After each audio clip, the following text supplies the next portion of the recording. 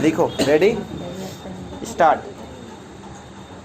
अध्यक्ष महोदय, मैं आज ऐसे विषय पर बोलने जा रहा हूं जो देश के सामने एक बहुत बड़ी समस्या बनी हुई है। आजकल कृषि पर बहस चल रही है। मैं इस बहस को बहुत ध्यान से सुन रहा हूं। कई लोगों ने तो सरकार की बड़ी प्रशंसा की है कि वह बहुत ही अच्छा काम कर रही है।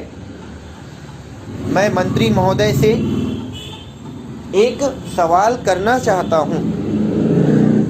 मार्च में मंत्री महोदय ने एक प्रश्न के उत्तर में कहा था कि 2 सालों में हमारा देश आत्मनिर्भर हो जाएगा। मैं जानना चाहता हूं कि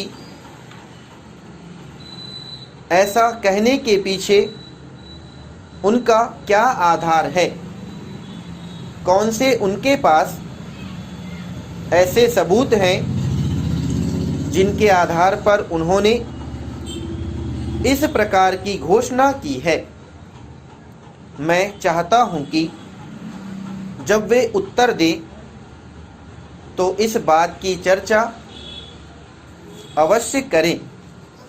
सभापति महोदय, आप जानते हैं कि इस देश में 80% लोग खेती करते हैं और उसके बाद भी आज हमारे देश का सम्मान दूसरे देशों में बिल्कुल नहीं है।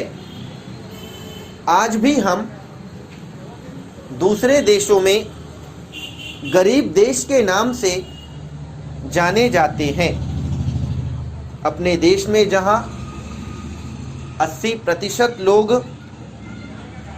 खेती करते हैं, हम भोजन के मामले में भी आत्मनिर्भर नहीं हुए हैं। इसके कुछ कारण हैं। जिस समय देश स्वतंत्र हुआ उसी समय से इस सरकार ने कुछ गलतियां की हैं, जिसका परिणाम यह हुआ कि आज 30 साल के बाद भी हम आत्मनिर्भर नहीं हो सके हैं। इसका सबसे बड़ा कारण यह है कि हमारे देश में पहला स्थान खेती को न देकर उद्योगों को दिया गया है। उद्योग हमारे देश के लोगों की जीविका का मुख्य साधन नहीं हो सकता। भोजन की समस्या के हल के लिए जिन वस्तुओं की आवश्यकता है उसकी ओर भी हमें ध्यान देना चाहिए। सबसे पहले पानी की आवश्यकता है। मैं समझता हूं कि देश में सिंचाई पर अधिक जोर दिया जाना चाहिए और